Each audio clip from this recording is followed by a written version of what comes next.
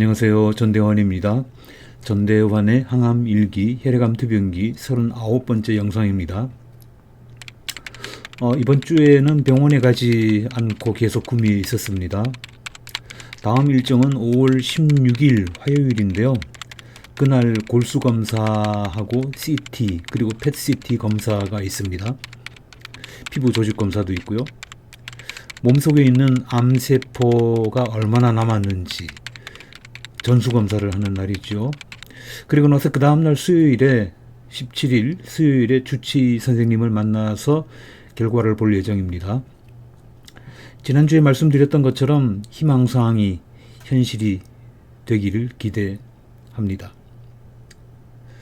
열흘 정도 병원에 가지 않고 집에 머물러 있었기 때문에 이 시간에 특별히 보고 드릴 말씀은 없고요. 전에 읽었던 책에 나오는 한 구절을 소개해 드리려고 합니다. 프랑스의 유명한 작가죠. 베르나르 베르베르라고 하는 작가가 있는데 이 양반이 기억이라고 하는 소설을 썼습니다. 거기 나오는 대목인데요. 제가 한번 읽어보겠습니다. 그런 패러독스가 어디 내 인생뿐이겠어요? 라고 하는 대사인데요. 주인공 중 한 명이죠. 오팔이라고 하는 여자의 말입니다. 인생이 패러독스다. 그런 이야기인데 패러독스 들어보셨죠? 영어로는 이렇게 씁니다. 파라독스, 패러독스라고 쓰는데 이 말은 그리스에서 온 말이에요. 파라라고 하는 말은 평행이라는 뜻입니다. 영어에 패럴럴이라고 하는 말이 있죠. 평행이라는 말인데 이 말이 여기서 나온 겁니다. 독스라고 하는 말은 생각, 사상 뭐 그런 정도의 뜻이고요. 그러니까 패러독스라고 하면 접점이 없는 상황을 가리키는 말입니다. 이걸 흔히 우리말로 역설이라고 번역을 하는데요. 이건 일본 사람들이 옛날에 만든 엉터리 낱말입니다. 이건 역설이 아니고 쉽게 말하면 패러독스는 답이 없는 상태, 답이 없는 상태를 가리킵니다. 어쨌든 인생이 어째서 패러독스냐? 다시 내용으로 돌아가 보겠습니다. 대사가 이렇게 이어집니다. 베토벤은 귀가 어두웠고 니체는 광인이었고 모네는 말년에 앞을 보지 못했으며 마리아 칼라스는 목의 병을 앓았고 내 단골 정육점 주인은 채식주의자고 내 주치의는 늘 아픈걸요. 구두장의 신발이 제일 엉망이라는 속담도 있잖아요. 이렇게 되어 있습니다. 여기서 구두장의 신발이 제일 엉망이라고 되어 있는 말은 이건 우리말로 대장간집 칼이 제일 안 든다라고 하죠. 자, 어쨌든 베토벤, 루트비히 판 베토벤은 1770년에서 1827년까지 살았던 분인데 우리가 흔히 악성이라고 부르는 인물 아닙니까? 음악의 성인이란 뜻인데 연주자로서, 작곡가로서, 지휘자로서 모르는 사람이 없을 정도로 유명한 음악가이죠. 음악가라는 게 소리로 먹고 사는 직업이잖아요. 근데 귀가 어두워서 제대로 듣지를 못했다? 이런 낭패가 없습니다. 말년에 청각장애인이 된 뒤에 있었던 일이라고 그러는데요. 무대 위에서 악단을 두고 베토벤이 지휘를 했는데 연주를 마치고 청중들이 우려와 같은 박수를 보냈죠.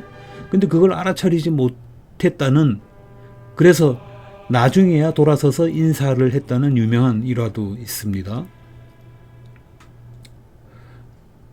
그리고 그 다음 사람 니체, 프리드리히 윌헬름 니체. 이 사람은 1844년에서 1900년까지 살았던 분인데요. 유명한 말이 있잖아요. 신은 죽었다 그랬는데 당시에는 어마어마하게 쇼킹한 사상의 소유자였습니다. 그 이후에 다른 철학자들은 이렇게 말했다고 그래요. 아니, 죽을 신이 있었어야 죽지. 애초에 신이란 게 존재하지도 않았는데 어떻게 죽어? 뭐 이런 얘기를 했다고도 그러는데 아무튼 현대 철학을 말할 때 니체를 빼놓고는 논의 자체가 불가능할 정도로 영향력이 큰 인물입니다. 근데 이 양반이 광인이었다는 거예요. 대철학자가 정신병이 있었다는 겁니다. 56년을 살고 1900년에 세상을 떠났는데 1889년, 그러니까 죽기 11년 전이죠. 이때부터는 아예 정신줄을 놔버렸다 그래요. 그래서 11년 동안은 말도 못하고 살았다고 합니다. 그리고 그 다음 사람 클로드 모네, 1840년에서 1926년까지 살았던 분입니다. 니체와 비슷한 시기죠. 프랑스 미술계의 거장 아닙니까? 흔히 인상주의 화가라고 불리죠. 이 사람의 대표작 중 하나가 수련연못이라고 하는 작품인데 80이 넘어서 그린 작품이라고 알려져 있습니다. 근데 클로드 모네는 말년에 백내장과 녹내장에 걸려서 시력이 심하게 저하되었다고 그래요. 그래서 1923년에 백내장 수술을 받았는데 수술을 받고 나서도 색감을 제대로 파악하지 못했다고 그럽니다. 그러다가 1926년에 폐렴으로 세상을 떠났죠. 그리고 또 한 사람, 마리아 칼라스, 1923년에서 1977년까지 살았던 분입니다. 소프라노죠. 20세기 최고의 오페라 가수라고 정평이 나 있습니다. 이 사람은 1950년대부터 1960년대에 걸쳐서 세계적인 명성을 얻었습니다. 베르나르 베르베르의 책에는 목병이 났다고 되어 있는데 그건 사실이 아닌 것 같고요. 찾아보면 젊은 시절에 체중이 95kg이나 나갔다고 그래요. 그거를 65kg까지 감량하는 과정에서 목소리가 변한 거 아니냐, 그런 의견이 있습니다. 사실 유명 인사로 산다는 거 참 쉬운 일은 아니잖아요. 엄청난 스트레스를 받았을 겁니다. 어쨌든 인생 후반기에 칼라스는 고음을 내는데 어려움을 겪었다고 알려져 있습니다. 소프라노 가수로서 치명적이라고 할 수 있죠. 그리고 그 다음에 나오는 말, 단골 정육점 주인이 채식주의자다. 정육점, 고기 파는 집 주인이 채식주의자다. 이것도 아이러니이고, 의사가 건강하지 못하고 늘 골골거리는 것도 적은 문제는 아닙니다. 그리고 좀 아픈 이야기이기는 하지만 농담 삼아 우리가 늘 흔히 하는 말 중에 이런 것도 있습니다. 만일 석가모니 부처님이 이 시대에 태어나셨다면 결코 절에 안 다녔을 거다. 예수님이 이 시대에 태어나셨더라면 결코 교회 다니지 않았을 거다. 그런 이야기가 있어요. 이거는 스님들이 부처님의 가르침을 나몰라라 하고 목사님들이 예수님의 뜻을 따르지 않는다. 그런 걸 비꼬아서 말하는 거겠죠. 역사의 패러독스라고 할 수 있을 겁니다. 답이 없는 상황인 거죠.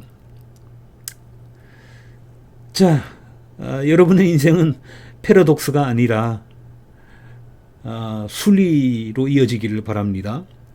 성악가는 끝까지 목이 건강하고 미술가는 끝까지 시력을 잃지 않고 음악가는 끝까지 청력을 유지하고 목사들은 죽을 때까지 예수 잘 믿고 이렇게 복 있는 삶을 누리시기를 진심으로 기원합니다. 고맙습니다. 늘 건강하십시오.